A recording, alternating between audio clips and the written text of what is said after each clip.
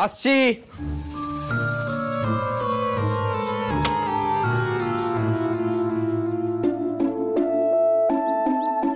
এই সবই তো ঠিক ছিল, তুই হঠাৎ পড়ে গেলি কি করে? নাকি তুই ইচ্ছে করে দেখছিলি তুই পড়ে গেলে আমি কি করি? সবাইকে দেখানোর জন্য তুমি সাঁতার না জেনে জলে ঝাঁপ দিয়েছো? ফের বাগামো, তুই আগে বল তুই পড়ে গেলি কি করে? আমি কলসের কাছে শুনেছিলাম তুমি সাঁতার জানো রে। তুমি আমার জন্য কি কি করতে পারো সেটা দেখার জন্য আমি তোমাকে বিপদে ফেলা রসিকতা করব, সে তুমি কি করে ভাবলে? আমি তো শ্যাওলায় পা পিছলে পড়ে গিয়েছিলাম। নে নে, অনেক গাল গপ্প হয়েছে, এখন তো এইসবই বলবি। আমাদের বেড়া চাপার ওরকম ঘাটে নাকি শ্যাওলা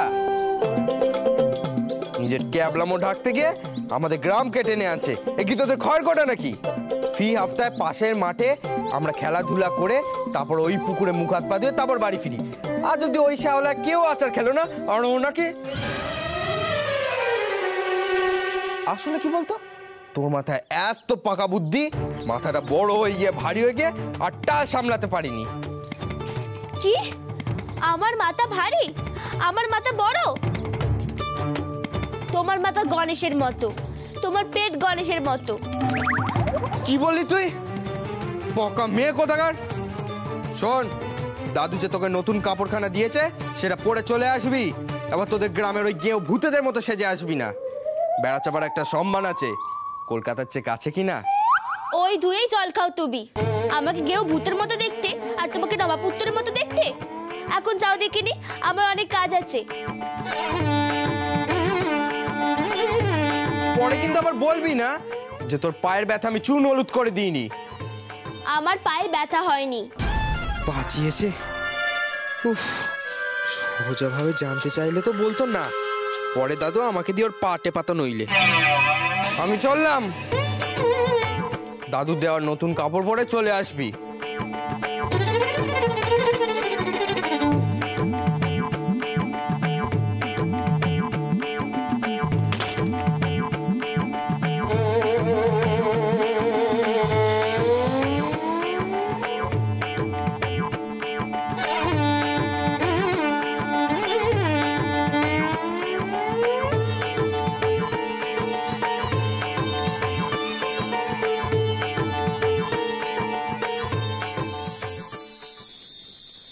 দাদুর দেওয়ার শাড়িখানা কোথায় গেল? আমি তো এখানেই রেখেছিলাম।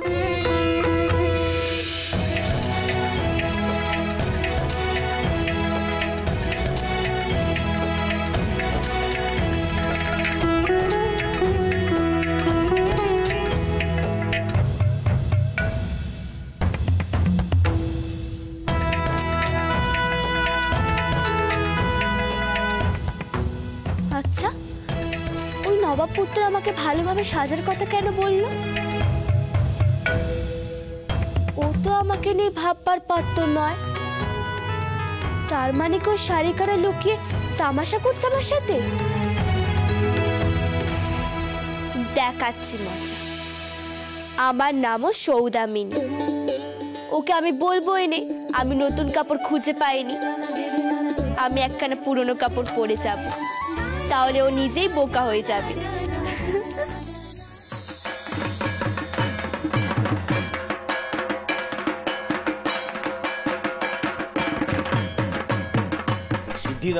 সিদ্ধিদাতায় কোথায় গেলে সব? চলো চলো চলো। এই তো আমি তৈরি। দেখো দেখো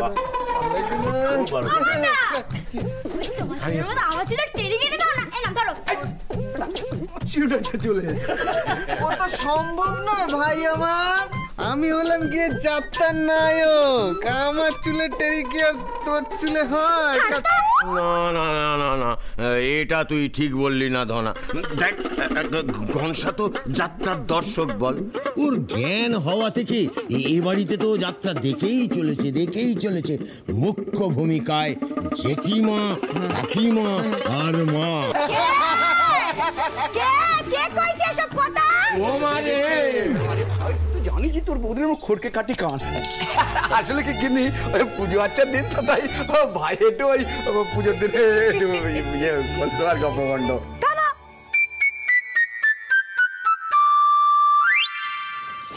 বটে, তা ছোট ঠাকুরপো আমায় দলে টানছে কেন?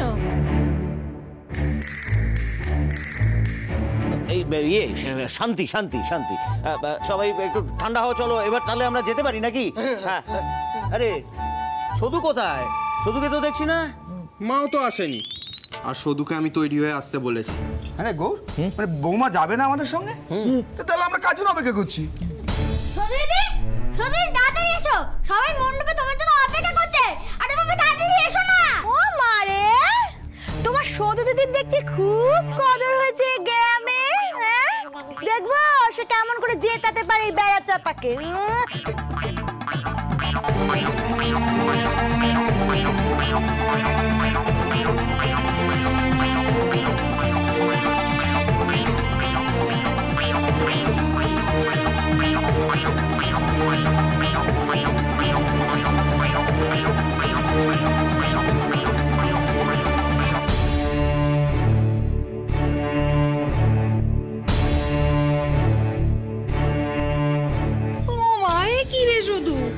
তোকে যে বললুম বাবা যে শাড়িখানা দিয়েছেন সেই শাড়িখানা পরে আসতে, তা কই এটা তো সেই শাড়িখানা নয়।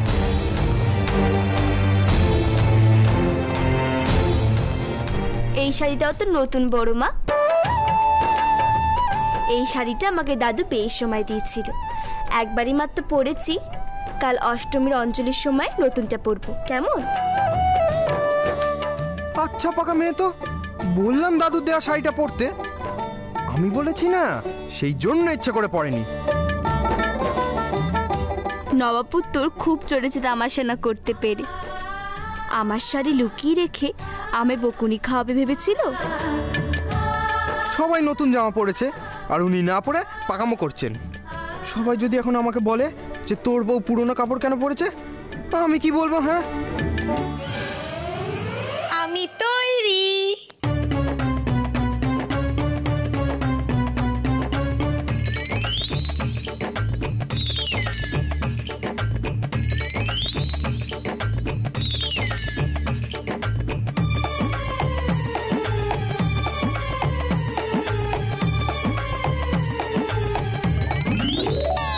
চলো এবার যাওয়া যাক। চলো চলো। মারে কি ভালো লাগছে। শাড়িটা মায়ের কাছে, আর আমি কি না ভাবলো নবাবপুত্তর লুকিয়ে ফেলেছে। ও ছোট মা, তুমি শরীরে শাড়ি পরেছো কেন?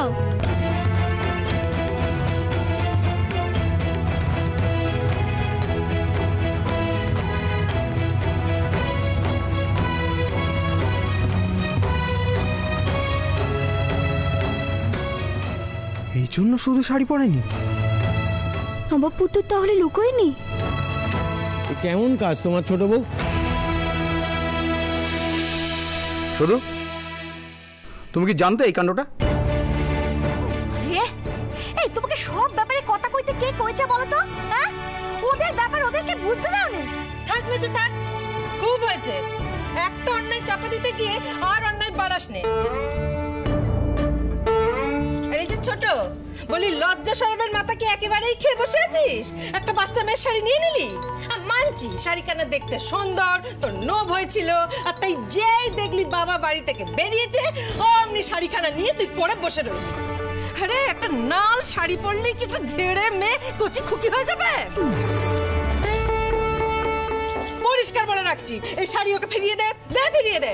সদু, তুমি কি জানতে যে শাড়িটা তোমার কাছে নেই?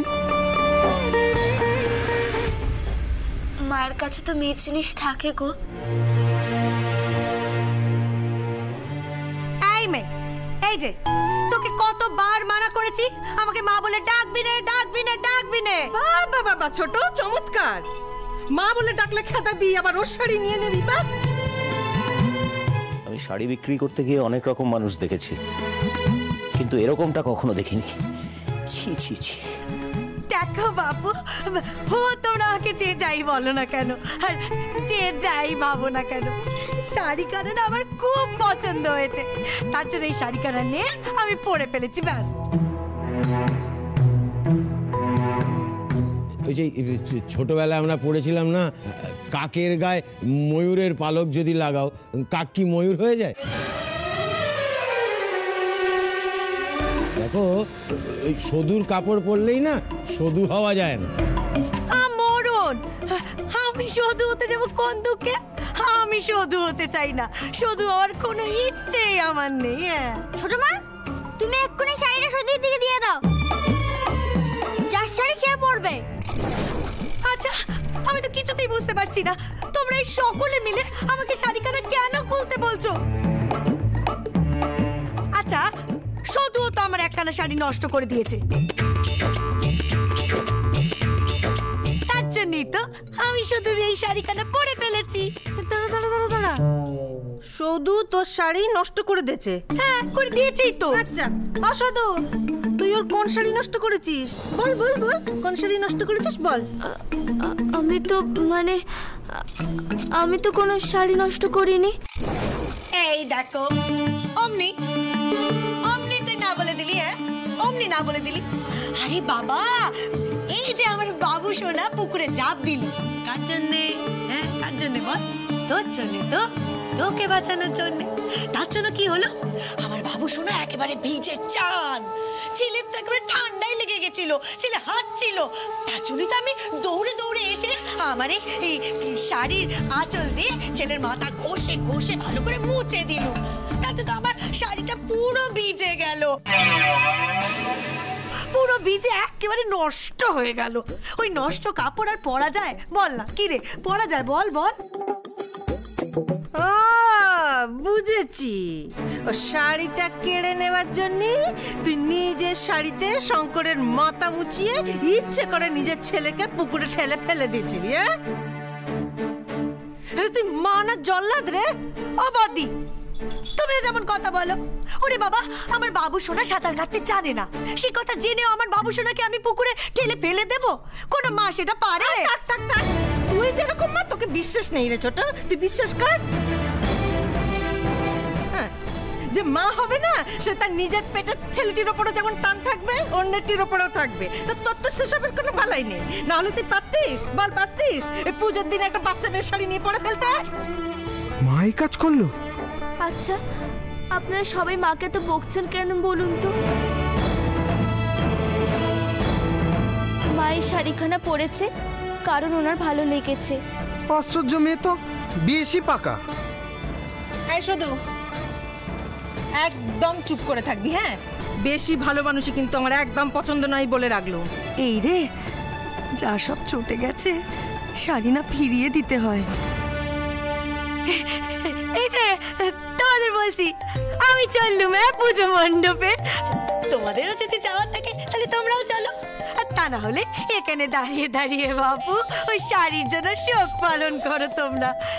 আমার তো সাজুগুজু হয়ে গেছে, যাই বাবা, আর দেরি করা ঠিক হবে না। যাই, আমি যাচ্ছি, চললুম। যাব বাবা, চলে গেল।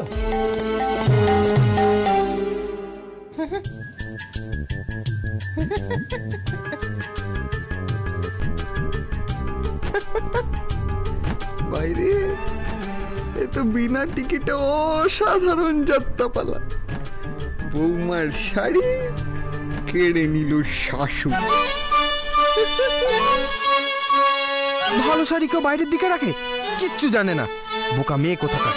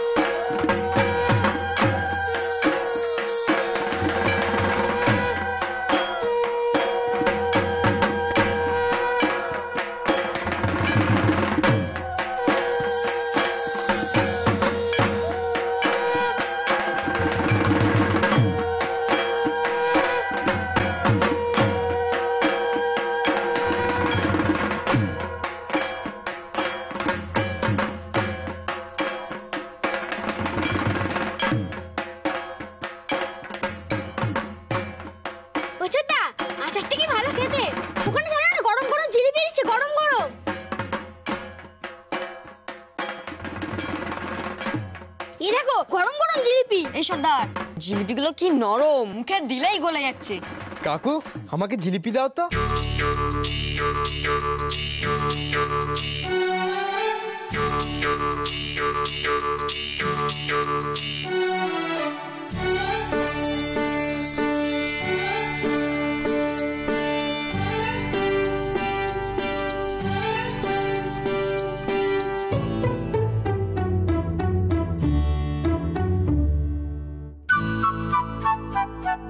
কনসা, তোর সদু দিদিকে গিয়ে জিজ্ঞেস করতো খিদে পেয়েছে কিনা।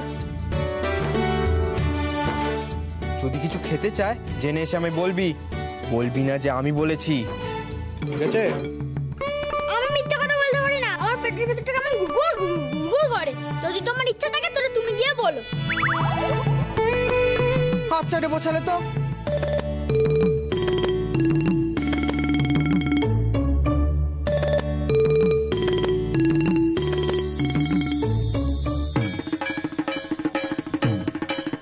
ढाक बजा ढोल बजा, अरे ढाक बजा ढोल बजा, ढाक बजा ढोल बजा, अरे ढाक बजा ढोल बजा, ढाक बजा ढोल बजा, अरे ढाक बजा ढोल बजा, ढाक बजा ढोल बजा,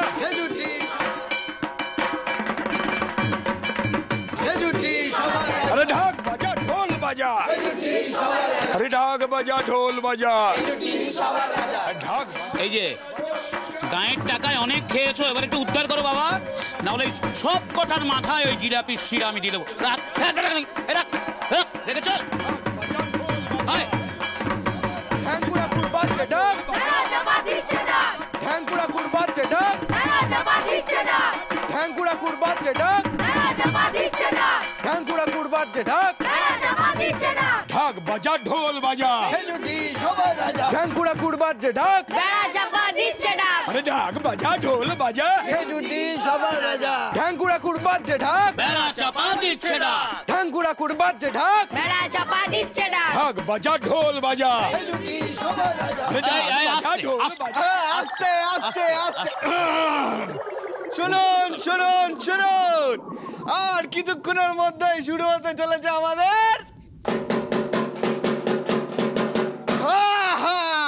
ঢাক বাজানোর প্রতিযোগিতা। আজ দেখা হবে কে নিজের ঢাক কত বাজাতে পারে।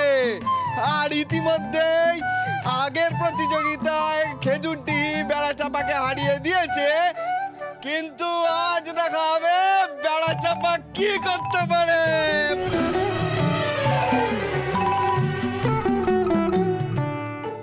আপনারা সবাই দেখতে পাচ্ছেন প্রতিযোগিতা বেশ জোর কদমে শুরু হতে চলেছে।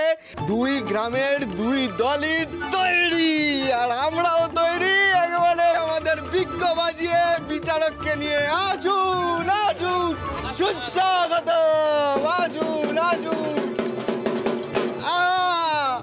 ইনি দেখে শুনে বিচার করে বুঝে তবে জয়ীকে কাপ হাতে দেবেন। এটা কিন্তু দুই গ্রামের লড়াই, খেজুরটি আর বেড়াচাপা। তাই খেজুরটির তরফ থেকে আসছে আমি, লক্ষণ শেঠ। লক্ষণ শেঠ, জোড়া হাততালি, জোড়া হাততালি।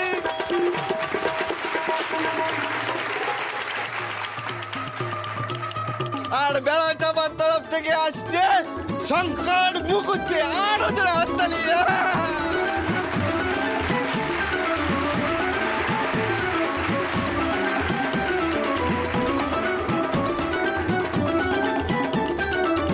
মানিক জোর আমার। এইবার শুরু হচ্ছে প্রতিযোগিতা। না না, তবে তার আগে একটা বিশেষ ঘোষণা আছে। এই প্রতিযোগিতায় বিজয়ী গ্রামকে পুরস্কার দেওয়া হবে বিজয়া দশমীর দিন। আপনারা কিন্তু সবাই আসবেন সেদিন, কারণ আমরা একটা অভূতপূর্ব যাত্রাপালার আয়োজন করেছি। যাত্রা সম্রাট ধনেন্দ্র। বাবা বাবা বলতে হবে না বাবা, না বলে না এসব কথা এখন বলে না।